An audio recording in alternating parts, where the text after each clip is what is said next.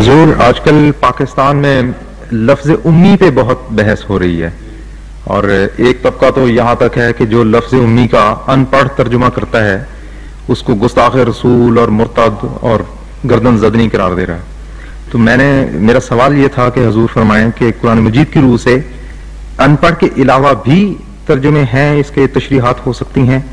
ان پڑھ تو ایک ہے ہی واضح، تو اس کے علاوہ ہو سکتی ہیں؟ اور جماعت کا اس کے بارے میں کیا؟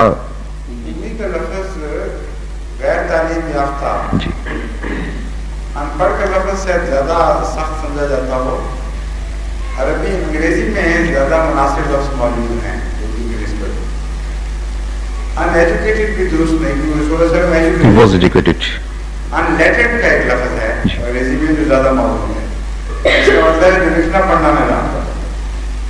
تو امی کا مطلب لکھنا پڑھنا نہ جانتا ہو، یہ بھی ہے جی، اور یہ بھی ہے کہ جاہل ہو۔ رسول اللہ صلی اللہ علیہ وسلم کے متعلق لفظ جاہل استعمال نہیں ہو سکتا کیونکہ سب کو پڑھانے والے ہیں، اس لیے لکھنا پڑھنا نہ جاننے والا یہ ترجمہ درست ہے۔ کیونکہ میں ابھی اس کی تصدیق کہ رسول اللہ صلی اللہ علیہ وسلم لکھنا پڑھنا نہیں جانتے تھے اس حدیث سے ہوتی ہے جس سے پہلی بار دفعہ آپ پر وحی نازل ہوئی اور فرشتے نے کہا اقرا، آپ نے جواب دیا ما انا بقارئ، میں پڑھ نہیں سکتا۔ اگر پڑھنا جانتے ہوتے تو یہ جواب نہ دیتے۔